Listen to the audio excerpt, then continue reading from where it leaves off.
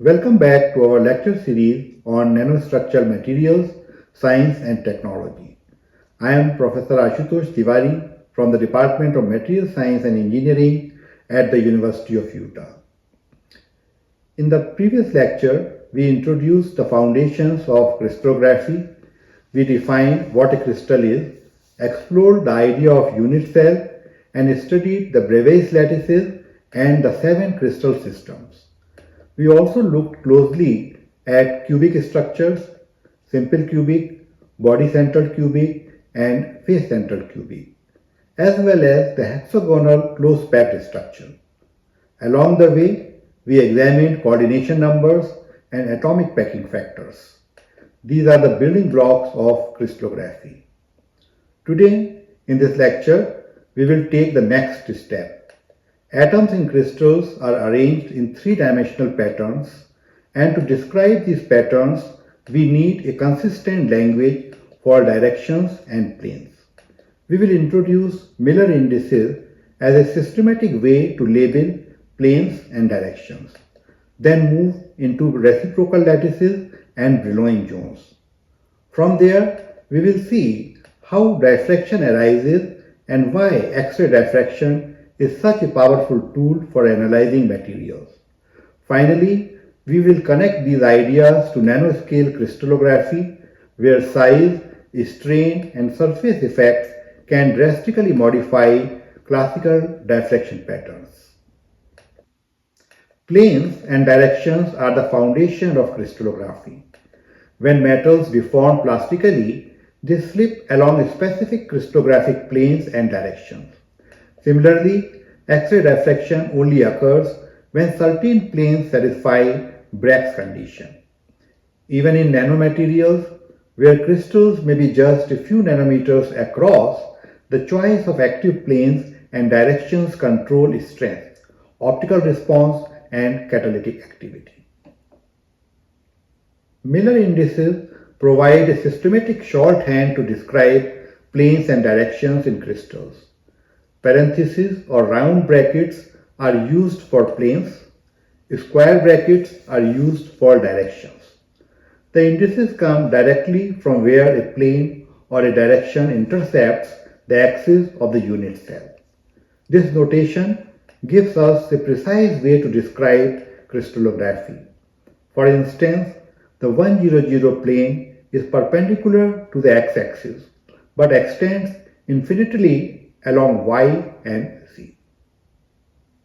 To find the Miller indices of a plane, we start by determining where the plane cuts the crystal axis. These intercepts are expressed in units of lattice constants a, b, and c. Next, we take the reciprocals of these intercepts. The reciprocals convert geometric positions into a simple set of ratios that reflect how frequently the plane intersects the crystal lattice. We then multiply by suitable factors to clear fractions and obtain the smallest possible integers. These integers are written in parentheses as h, k, l.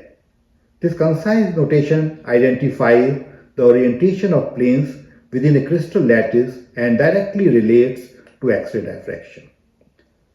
The smaller the indices, the more widely spaced the planes are. Larger indices correspond to more closely spaced planes. By applying this procedure, we can see how the arrangement of planes determines the diffraction pattern.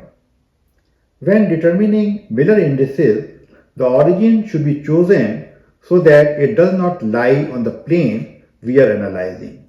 If the plane happens to include the origin, we simply relocate the origin to an equivalent lattice point. Doing this ensures that the plane has clear, measurable intercepts with each of the crystallographic axes. The geometry of the lattice remains unchanged because the crystal repeats itself periodically in all directions. Therefore, shifting the origin only helps us describe the plane correctly without altering its orientation of the resulting Miller indices. This step is simple but essential for obtaining a consistent and interpretable HKL descriptions.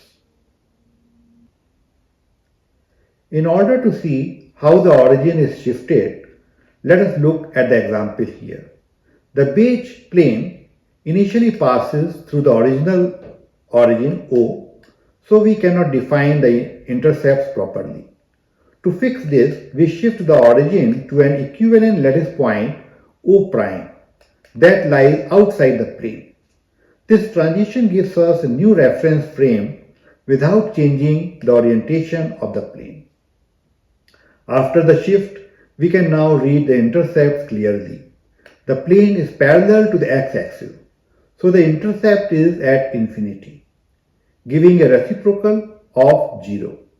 It cuts the y-axis at -1, giving a reciprocal of -1, and the z-axis at 1/2, giving a reciprocal of 2. Following the same steps we described earlier, taking reciprocals, clearing fractions, and adding bars for negative values, we find that the mirror indices for this plane are 0, 1 bar, and 2. These indices uniquely describe a plane that is parallel to the x-axis, cuts the negative side of the y-axis, and the positive z-axis halfway. The 1, 1, 1 plane intercepts the x, y, and z-axis each at 1 unit cell length. This triangular plane slices through the cube diagonally. It is especially important in face-central cubic crystals where the 1, 1, 1 planes are the closest packed. These planes govern slip, plastic deformation, and also dominate diffraction peaks. Remember, parentheses indicate planes while square brackets indicate directions. In cubic crystals, there is a spatial relationship. The HKL direction is always perpendicular to the HKL plane, but this is not universal. In lower symmetry crystals, planes and directions with the same indices may not be perpendicular. In FCC metals, atoms pack most densely along the 1, 1, 1 planes and the 1, 1, 0 directions. These planes and directions control plastic deformation, slip, and surface properties in metals like aluminum, copper, and nickel. That is why we focus on them when studying mechanical and electronic behavior of FCC nanomaterials. Crystals can be described in two complementary ways. In real space, which shows the actual arrangement of atoms in 3 dimensions, and in reciprocal space, which provides the mathematical framework for analyzing direction of electronic properties. Reciprocal space is defined as the Fourier transform of the real lattice. It does not represent physical atoms, but rather a conceptual grid where each point corresponds to a family of atomic planes in real space. Importantly, the lattice parameters invert when moving from real space to reciprocal space.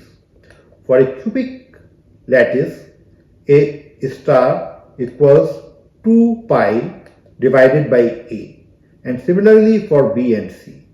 In general, the reciprocal vectors are obtained using cross products of the real lattice vectors, defined in such a way that the dot product of A and A star equals 2 pi. This inversion relationship explains why large spacings between planes in real space corresponds to small spacings in reciprocal space, and why diffraction angles contain direct information about the lattice parameters of the crystal. Crystals can have many different lattice symmetries, and not all of them are cubic. Their real space lattice vectors A, B, and C are often unequal and not mutually perpendicular. In such non-cubic systems, the reciprocal lattice is defined through vector cross products of the real lattice basis vectors. For example, the first reciprocal vector A star is given by 2 pi multiplied by the cross product of B and C divided by the scalar triple product of A dot B cross C. Similarly, B star equals 2 pi times C cross A divided by A dot B cross C, and C star equals 2 pi times A cross B divided by A dot B cross C. This ensures that each reciprocal vector is perpendicular to the other two real space vectors. For instance, A star is perpendicular to both B and C, and so on. These vectors satisfy the orthogonality condition A star dot A equals B star dot B equals C star dot C equals 2 pi. And the mixed dot products like A star dot B or A star dot C are 0. In a cubic system, where all lattice vectors are orthogonal and equal in length, these relations simplify to simple inverses. A star equals 2 pi divided by A, B star equals 2 pi divided by B, and C star equals 2 pi divided by C. Understanding these general relations is important because diffraction and Bragg reflections are expressed most naturally in reciprocal space defined this way. Now that we have seen the general relations, let us look at how reciprocal lattices relate for familiar crystal systems. For a simple cubic lattice, the reciprocal is also simple cubic because all axes remain orthogonal and equal. However, for a body-centered cubic lattice, the reciprocal lattice turns out to be face-centered cubic, and vice versa, the reciprocal of FCC is BCC. This inversion reflects how additional lattice points in real space correspond to additional periodicities in reciprocal space. For hexagonal systems, the reciprocal lattice remains hexagonal, but the lattice constants invert, meaning the ratio of C by A in reciprocal space is the inverse of that in real space. Understanding these correspondence is crucial in interpreting diffraction patterns. For example, X-ray diffraction peaks from a BCC crystal correspond to reflections expected from an FCC reciprocal lattice. Now let us look at what the reciprocal lattice means in physical terms. The real lattice represents the actual periodic arrangement of atoms, defined by the basic vectors A, B, and C. The reciprocal lattice, on the other hand, exists in Fourier space. It describes how that periodic structure repeats in terms of spatial frequency rather than in terms of distance. Each point in reciprocal space corresponds to a particular family of planes labeled by indices H, K, and L in real space. The vector G, H, K, L lies in reciprocal space, but its direction is parallel to the normal of those HKL planes in real space. Its magnitude, written as mod G HKL, equals 2 pi divided by dHKL and tells us how tightly the planes are spaced. If the spacing a dHKL is smaller, then the reciprocal lattice vector becomes larger. So the real lattice tells us where the atoms are located, while the reciprocal lattice tells us where waves can interfere, therefore produce constructive interference in diffraction. That is why reciprocal space rather than real space is the natural framework for understanding diffraction and wave propagation in crystals. The Ewald sphere gives a simple geometric way to determine which lattice planes produce diffraction. We represent the incident X-ray beam by a wave vector called K, drawn from the origin in the beam direction, with magnitude equal to 2 pi divided by lambda. The origin is chosen so that the tip of K ends at a reciprocal lattice point representing the plane from which the beam is incident. Next, we draw a sphere of radius 2 pi divided by lambda about the origin of K. The reciprocal lattice points of the crystal are plotted relative to this sphere. A diffracted beam is formed whenever the sphere passes through another reciprocal lattice point. The new wave vector, called K prime, connects the origin to that point and satisfies the relation K prime equals K plus G. Because the magnitude of K and K prime are the same, this represents elastic scattering. The angle between K and K prime is 2 theta, which is the Bragg diffraction angle. This construction provides a clear geometric picture of how reciprocal space vectors determine which crystal planes satisfy the diffraction condition. Bragg's law provides the fundamental condition for X-ray diffraction. Consider a set of parallel atomic planes separated by a distance d. When a beam of monochromatic X-ray strikes these planes at an angle theta, part of the beam reflects from the top plane and part from the one just beneath it. The second beam travels a slightly longer path by a distance equal to 2d sine theta. Constructive interference occurs when this extra path equals an integer multiple of the X-ray wavelength lambda. This gives the Bragg's condition, n times lambda equal to 2d sine theta. This simple relation connects the wavelength of the radiation, the angle of diffraction, and the spacing between the crystal planes. It forms the basis for interpreting X-ray diffraction patterns and plays a central role in determining a crystal structure. Bragg's law connects diffraction angles with the spacing between atomic planes. Once the d values are known, they can be related to the lattice parameters and the Miller indices of the diffracting planes through simple geometric relation. For example, in cubic crystals, the inverse of d squared is proportional to the sum of h squared plus k squared plus l squared divided by a squared. By combining the experimentally measured d spacings with this relation, we can determine both the lattice constant of the crystal and identify which planes produce each diffraction line. In practice, the process of indexing X-ray diffraction peaks is quite straightforward. Here we will look at the case of a cubic crystal where the geometry provides a simple relationship between the spacing d and lattice constant a.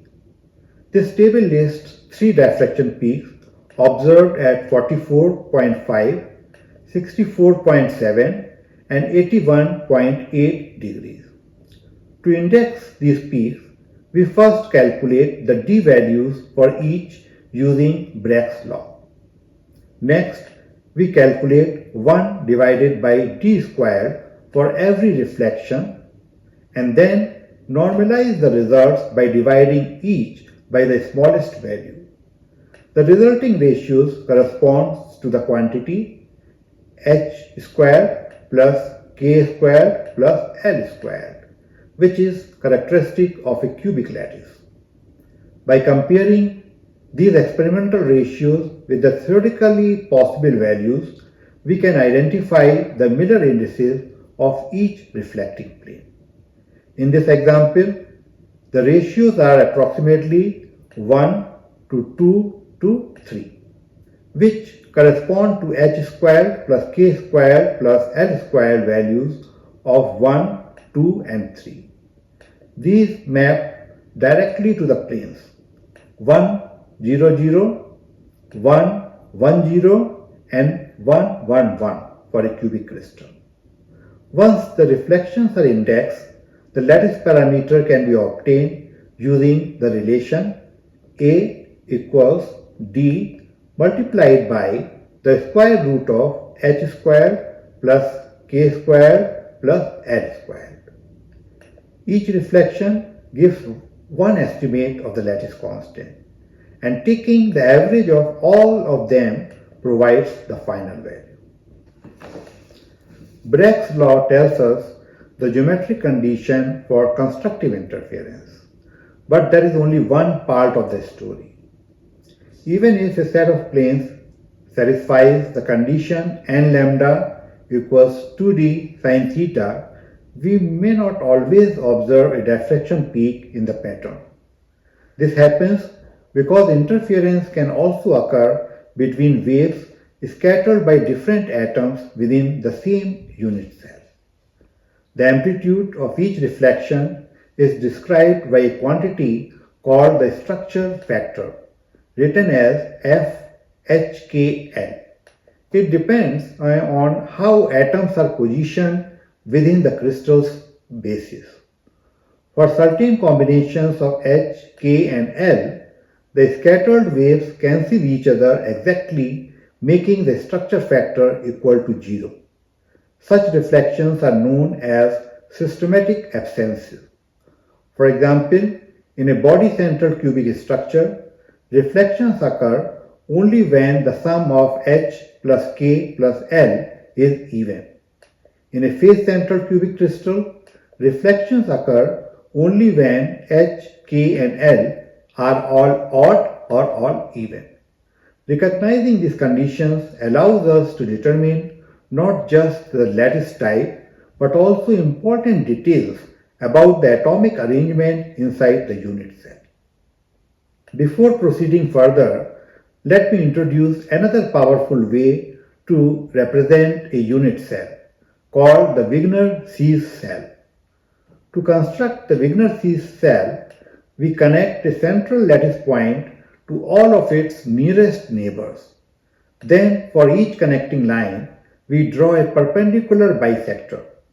The region of the space enclosed by these bisectors is the Wigner-Seitz cell.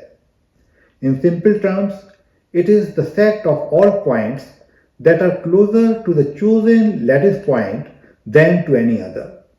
This construction works in 2 or 3 dimensions, and the resulting shape always reflects the symmetry of the lattice. The Wigner-Seitz cell is a type of primitive cell, meaning it contains exactly one lattice point. In real space, it helps us visualize local environments around atoms. And in reciprocal space, the exact same construction defines the first Brillouin zone, making this concept a key stepping stone in crystallography and electronic structures. Each crystal has a distinct Wigner-Seitz cell shape that directly reflects its symmetry. In a simple cubic structure, the cell is itself a cube, the most symmetric and intuitive form. For the body-centered cubic lattice, the shape becomes a truncated octahedron, 14 faces in all, 6 squares and 8 slightly irregular hexagons, filling space efficiently without voids. In the face-centered cubic lattice, the Wigner-Seitz cell transforms into a rhombic dodecahedron with 12 rhombic faces corresponding to its close-packed nature. The hexagonal close-packed system yields a hexagonal prism, showing its 6-fold symmetry. As we move to less symmetric systems like tetragonal, orthorhombic, monoclinic, and triclinic, the Wigner-Seitz cell deforms into progressively more irregular polyhedra. Understanding these shapes gives insight into how symmetry, coordination, and packing influence the physical properties of materials.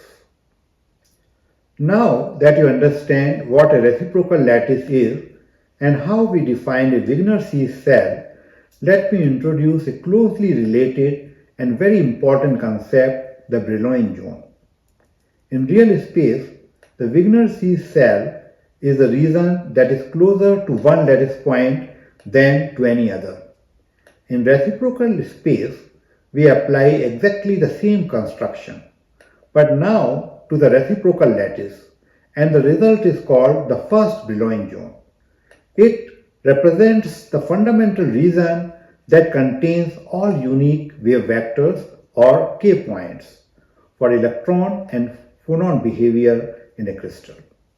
Each point inside the zone corresponds to a possible electron momentum state.